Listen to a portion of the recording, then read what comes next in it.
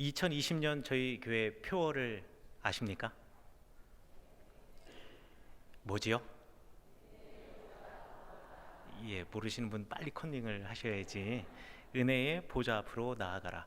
송구영신 예배 때 은혜의 보좌 앞으로 나아가라라는 우리 신년 교회의 표어를 이야기하면서 우리가 예배 중점의 해로 2020년을 정했습니다. 기도하면서 우리가 예배를 바로 세우기로 우리의 마음을 하나로 합쳐야 하지 않겠는가.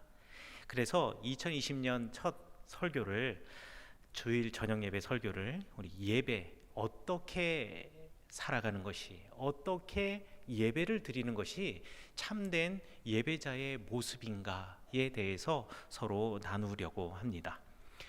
나누기 전에 단언적으로 하나 여러분에게 분명하게 말씀드릴 수 있는 사실이 하나 있는데요. 여러분, 예배가 바로 서면, 그리고 여러분 참된 예배자가 되면 여러분의 인생이 바뀝니다. 2020년에는 예배를 바로 세우고 예배를 향한 나의 마음이 변화되어서 여러분의 인생을 바꾸시는 2020년이 되시기를 간절히 축원합니다. 오늘 성경 말씀 레위기 1장 1절부터 9절까지의 말씀은 구약의 제사 가운데에서도 번제에 관한 내용입니다. 레위기 1장부터 7장까지 5개의 제사가 반복해서 나와 있고, 그 제사에서 어떻게 예물을 드리고 또 제사의 목적에 따라서 제사에 대한 이름이 서로 다른 것, 이것은 분명히 있지만 그럼에도 불구하고 사람들이 제물을 가져와서 그 제물을 드리는 방식에 대해서는 모두가 거의 동일하다라고 이야기할 수 있을 정도로 거의 비슷합니다. 신구약 시대의 예배는 곧 제사였습니다. 물론 구약 성경 레위기에 나와 있는 제사와 예수님의 십자가의 죽음 이후에 우리 기독교인들이 드리는 예배는 내적으로나 외적으로나 좀 차이가 있음에도 불구하고 분명한 것은 이 예배, 우리가 드리는 이 예배의 원형이 구약의 제사라는 것입니다. 그러므로 오늘은 본문의 제사에서 예배자의 모습을 찾아보고자 합니다. 본문에서 가장 많이 사용되어진 동사가 있습니다. 그 동사가 뭐냐면 가져온다 라는 동사, 그리고 드린다 라는 동사입니다. 2절에 보면 예물을 드리려 하거든, 또 예물을 드리려 하거든, 기쁘게 받으시도록 드릴지니라, 이런 드린다라는 말이 반복되고 있고요. 5절에서도 마찬가지로 가져가다라는 동사가 사용되어 있는데 우리말 성경에서는 드리다, 가져오다 이렇게 다르게 번역을 해놓았지만 사실 히브리어 성경을 보면 다 똑같은 동사입니다. 그러니까 예배 시간, 예배를 드리는 것, 그리고 예배를 드리기 위해서 제물을 가져오는 것, 이게 전부 다 매일반이라는 뜻이에요. 그런데 우리가 흔히들 예배를 드린다라는 표현을 많이 쓰는데 도대체 예배를 드린다라는 표현이 정확하게 무슨 뜻인지에 대해서 잘 알지 못하는 경우가 있습니다. 예배를 드린다라는 것이 앉아서 찬양을 부른다라는 뜻인지, 앉아서 예배를 드린다라는, 기도를 드린다는 뜻인지, 앉아서 설교를 듣는다라는 것인지, 아니면 그냥 이 모든 것을 다 뭉뚱그려서 예배를 드린다라고 하는 것인지, 우리가 예배를 드립니다, 예배 드리러 갑니다, 이런 표현은 많이 사용하지만 정말 예배를 드린다라는 의미가 무엇인지에 대해서 곰곰 생각해 보시지 못한 분들도 계실 겁니다. 그런데 오늘 구약 성경 레위기에서는 예배를 드리다라는 말이 무슨 뜻인지를 분명하게 알려주고 있습니다. 구약 시대 때 예배를 드리는 방법은 이랬습니다. 여러분들도 마찬가지이시겠지만 주일날 예배를 드리러 오실 때에는 한 주를 시작하는 예배로 하나님 앞에 가장 깨끗한 옷을 입고 오시지 않겠습니까? 그래서 구약 시대 때에도 그렇고 또 신약 시대 때, 예수님 시대 때도 마찬가지로 성전에서 예배를 드리고 제사를 드릴 때에는 항상 가장 깨끗한 옷, 하얀 옷을 입고 갔습니다. 제사 중에서 우리 특별하게 예를 들어서 우리 속죄의 제사라고 한번 예를 들어 보았을 때, 제가 예배를 드리러 가면서 주님 앞에서 죄 사함을 받고 싶거든요. 이러면 양이나 염소나 소나 아니면 비둘기나 곡식은 아니네요. 비둘기의 제목을 가져가게 되는데, 그때 만약에 예를 들어서 제가 양의 제물을 가져갔다고 쳐요. 성전으로 딱 들어가게 되면 제사를 드리는 커다란 마당이 있습니다. 그 마당에 들어가면 레위인 또는 제사장이 저에게 묻지요. 어떻게, 왜 오셨습니까? 예, 제가 속죄의 제사를 드리러 왔습니다. 네, 제가 번제의 제사를 드리러 왔습니다. 뭐 이렇게 말씀을 드릴 거예요. 속죄의 제사를 드리러 오셨군요. 그러면 이렇게 하시면 됩니다. 그래서 저를 다른 곳으로 옆으로 데려갑니다. 데려가서는 무엇을 가져오셨죠? 네, 양을 가져왔습니다. 양을 가져오셨군요. 가져왔다라는 표현은 우리 성경엔 전부 다 드리다라고 번역이 되어 있다라고 제가 말씀드렸습니다. 양을 가져오셨군요. 양을 드리러 오셨군요. 자, 그러면 양을 이렇게 잡으세요. 이렇게 잡으신 다음에 칼은 여기 있습니다. 칼로 양을 이렇게 이제 제사로 드리기 위해서 각을 떠야 되는 거예요. 그래서 양을 죽일 때는 이렇게 죽이십시오. 그리고 배를 가를 때는 이렇게 가르십시오. 그리고 배를 가른 다음에 내장을 꺼낼 때는 이렇게 꺼내십시오. 그리고 각을 뜰 때는 이렇게 각을 뜨십시오. 양을 가지고 온 것도 저고 그 양을 잡는 것도 접니다. 성경 말씀에 보면 처음 양을 가져왔을 때 그 양의 머리 위에 안수를 하라고, 소의 머리 위에 안수를 하라고 합니다. 이 안수를 하는 것도 접니다. 소든 양이든 염소든 가지고 와서는 안수를, 손을 그 소나 양이나 염소 제물의 머리 위에 내 손을 얹어 놓습니다. 그리고 기도를 하지요. 주님, 제가 죄를 지었습니다. 주님, 내가 이런 잘못을 했습니다.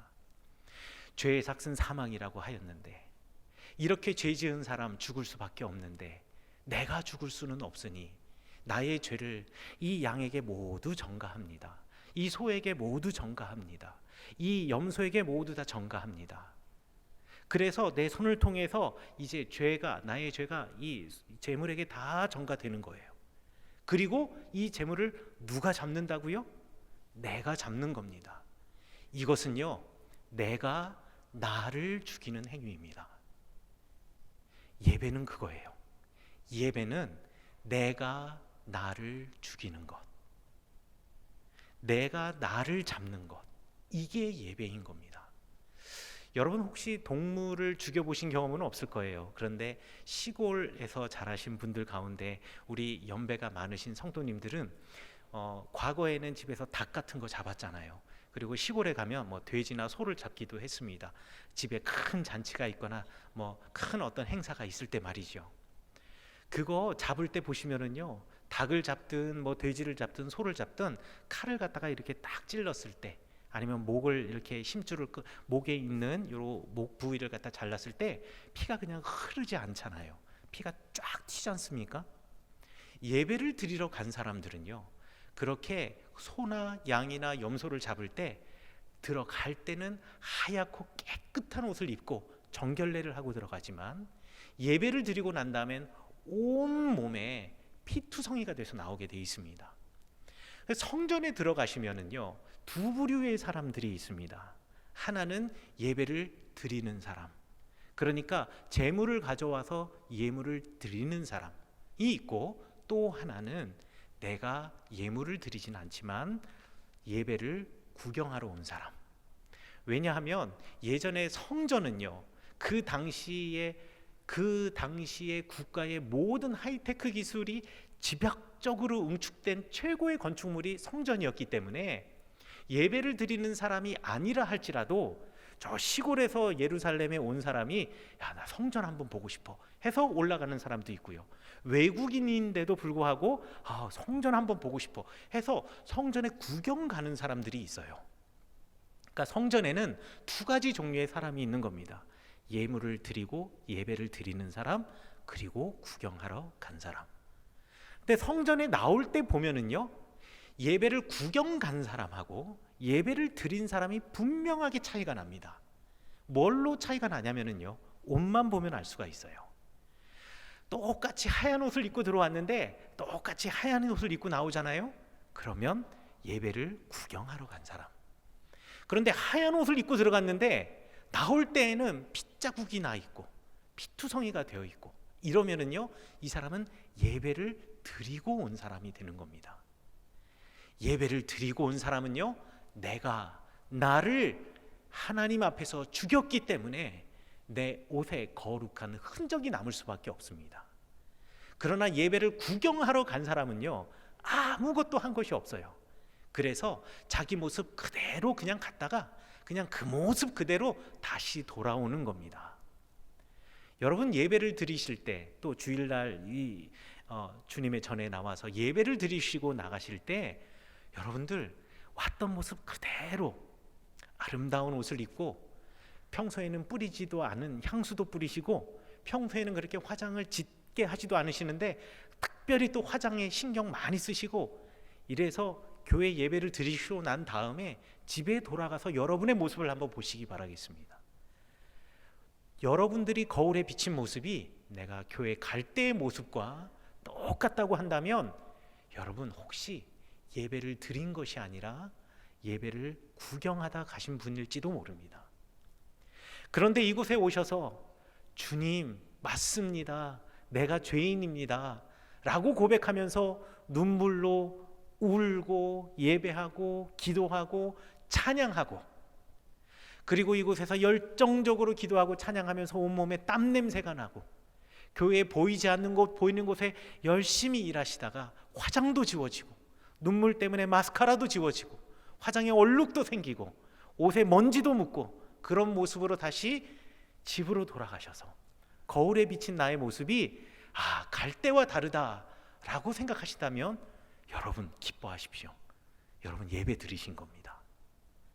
그게 예배 드린 것과 예배를 구경한 것과의 차이라고 생각하시면 됩니다.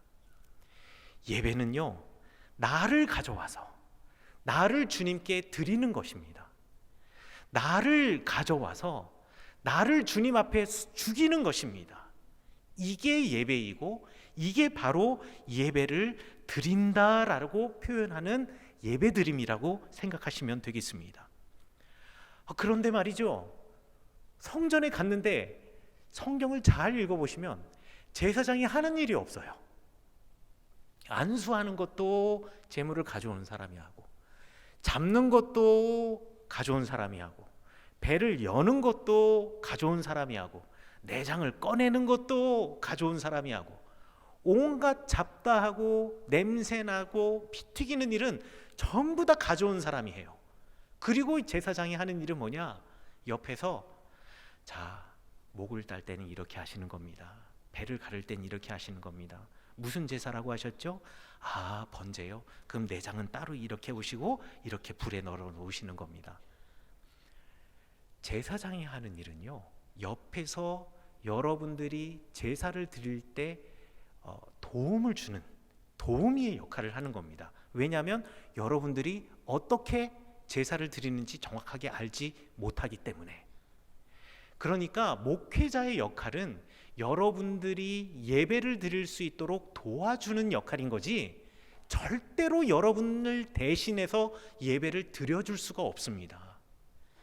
여기 와서 제가 설교를 하고 있지만 그렇다고 해서 제가 저만 예배를 드리는 것이 아닙니다. 저는 여러분들이 예배 드릴 수 있도록 도와주는 사람일 뿐이에요. 정작 예배를 드려야 하는 사람은 우리 개인 하나입니다. 예배는 잘 조직된 팀과 그리고 봉사팀들이 만드는 것이 아닙니다. 안내위원들이 있고요, 주차봉사가 있고요, 설거지 하시는 또 이렇게 그 식당에서 식당 봉사하시는 분들이 있고요, 성가대가 있고요, 중보기도 팀이 있고요, 재단 장식팀이 있고요, 엄청나게 많은 팀이 우리 교회에서 예배를 위해 있지만 그분들은 예배를 도와주는 분들이지 그분들만이 예배를 드리는 것은 아닙니다. 정말 예배를 여러분들이 드리시는 것은 여러분 개인 하나라는 것이죠. 미주권에서는요, 예배를 표현할 때 서비스라는 표현을 사용합니다. 그래서 월십 서비스, 뭐 이런 표현을 많이 쓰는데요. 물론 영어로 서비스라는 단어가 예식이라는 의미도 가지고 있지만 저는 사실 이 서비스라는 단어를 매우 싫어합니다. 우리나라 사람들이 생각하는 서비스의 개념은 받는 거거든요. 내가 서비스를 받는 거예요. 그러면 괜히 예배를 서비스라는 표현을 사용하면은요, 내가 교회 가서 뭔가 대접을 받아야 될 것 같은 느낌. 내가 일주일 동안 세상의 모든 풍파에 시달렸는데 교회에 가면 아주 아름답고 행복하고 나에게 용기를 북돋아주는 메시지를 듣고서는 새 힘을 받아 돌아가야 되는 이런 서비스를 받아야 될 것 같은 느낌, 이런 느낌이 드는 것 같아서 저는 이 서비스라는 단어를 매우 싫어합니다. 예배는 이렇게 누군가가 제공해주는 아름다운 서비스를 받거나 여러분들이 듣기 좋아하는 행복한 메시지, 은혜의 메시지, 내지는 여러분들이 잘 될 겁니다 라고 하는 어떤 미래의 약속의 메시지, 이런 것을 듣고 나서 흡족한 마음으로 돌아가는 것, 이것을 예배라고 성경은 부르지 않습니다. 성경이 말하는 예배와 예배 드림은 온전히 나를 드리는 것, 나를 죽이는 것입니다. 그러므로 진정한 예배는 내가 만드는 것이고, 내가 나를 온전히 제물로 드릴 때에만 진심으로 예배 드린다라고 말할 수 있는 거지요. 나를 가져와서 나를 죽이는 이것, 이 제사, 이 예배의 표현을 예수님께서는 자기를 부인하고 자기 십자가를 진다라는 말로 대신하셨습니다. 자기를 부인한다라는 말, 나를 죽인다라는 말, 나를 제물로 드린다라는 말, 이 말은요, 나의 모든 가치관과 나의 생각을 내려놓고 그것으로부터 완전히 뒤돌아서는 것을 이야기하는 겁니다. 사람의 일을 내려놓고 하나님의 일, 하나님이 바라시는 그 일, 하나님의 시선을 되찾는 것입니다. 나의 욕구를 채우기 위해서 살았던 삶, 그 삶으로부터 완전히 돌아서는 것, 이것이 바로 나를 부인하는 것입니다. 그리고 이것이 나를 제물로 드리는 것입니다. 여러분, 삶의 태도는 강제로 누군가에 의해서 되돌려질 수가 없습니다. 돌아가게 할 수 없습니다. 가령 제가 여러분들 바라보고 있는데 누군가가 저에게 강단으로 올라와서 제 어깨를 잡고 저를 강제로 휙 돌려서 여러분이 아니라 이 위에 스크린을 보게 할 수는 있어도 적어도 내 삶의 태도만큼은 누구도 바꿀 수가 없습니다. 저희 장인 어른께서 저만 만나시면 늘 하시는 말씀 중에 제가 이렇게 적어놓고 끝까지 잊지 않는 한 말씀이 있습니다. 그게 뭐냐면요, 자는 사람은 깨울 수 있어도 자는 척하는 사람은 깨울 수 없다라는 말입니다. 여러분, 자는 사람은요, 큰 소리를 치거나 등짝을 한 대 딱 때리면 깨울 수 있습니다. 내 말 들어, 이렇게 할 수 있어요. 그런데요, 안 들으려고 작정하고 자는 척하는 사람이요, 못 깨웁니다. 여러분 다 한번 경험 있으실 거예요. 저도요, 고등학교 때 공부하는 너무 힘든 거, 너무 졸려요. 너무 졸리는데 졸면 이제 또 혼나잖아요. 독서실에 실장님이 와서 등짝을 내려쳐요. 그런데요, 너무 피곤해가지고 마치 못 깨는 사람처럼 등짝을 맞아도 이렇게 하고 있으면은요, 포기를 하고 그냥 가세요. 자는 척한 사람은요, 절대로 깨울 수 없습니다. 여러분, 삶의 태도를 바꿔야 합니다 라고 이야기하지만 그 이야기를 듣고 내가 그래 맞아 바꿔야지, 내가 이 설교 말씀을 듣고 네 맞아 빛의 사람이 되어야지, 창조의 질서를 회복해야지 하고 돌아서는 사람이 있다면 저건 나한테 하는 말이 아니라 내 옆에 있는 사람, 그래 내가 이 설교 들었을 때 떠올리는 그 사람이 있었어, 그 사람이 이 설교 꼭 들어야 되는데, 내 남편이 이거 꼭 들어야 되는데, 우리 애가 꼭 들어야 되는데, 우리 아내가 이거 꼭 들어야 되는데, 이미 예배 드리는 게 아닌 겁니다. 여러분, 그 말씀은요, 오로지 여러분에게 드리는 말씀이에요. 그렇게 바꾸라고 하는 그 삶의 태도 있지 않습니까? 여러분 개인, 바로 여러분 듣는 여러분에게 하시는 말씀이에요. 삶의 태도를 바꾸셔야 되는 겁니다. 이게 자기를 부인하는 겁니다. 그런데 바꾸자 하니 얼마나 불편해요. 그게 바로 여러분의 십자가 있거든요. 여러분, 예배를 진정으로 드리고자 한다면 여러분들이 자고 있어서 어떻게 드리는 것이 예배 드리는 것인지 모른다고 한다면, 어떻게 하는 것이 내 삶을 바꾸는 것인지 모른다고 한다면, 자고 있다면 여러분 설교로 여러분들을 깨워드릴 수는 있습니다. 하지만 여러분들이 안 들으려고 작정하신다면, 자는 척 하신다면 아무도 바꿀 수 없는 것이 여러분의 삶의 태도이고 예배자의 삶입니다. 여러분에게 강권하기는 여러분 들을 귀를 가지시고, 내가 나를 부인하겠노라, 나를 제물로 드리겠노라, 내가 나의 삶을 바꿈으로 인하여서 겪게 되는 그 불편함, 나의 십자가를 내가 기쁜 마음으로 지겠노라 결단하시는 2020년 되시기를 간절히 축원합니다. 여러분, 예배를 드리면서 나는 편안한데 예배를 받으시는 주님은 불편한 예배, 이것은 예배가 아니지 않습니까? 설교의 말씀을 듣고 그리고 성경의 말씀을 읽으면서 은혜를 받긴 하였지만 내 삶이 바뀌어지지 않는 예배, 내 삶이 바뀌어지지 않는 나의 삶, 이거는 하나님께서 불편해 하시는 삶, 그리고 우리 주님께서 참 마음 아파하시는 삶이 아닐까 싶습니다.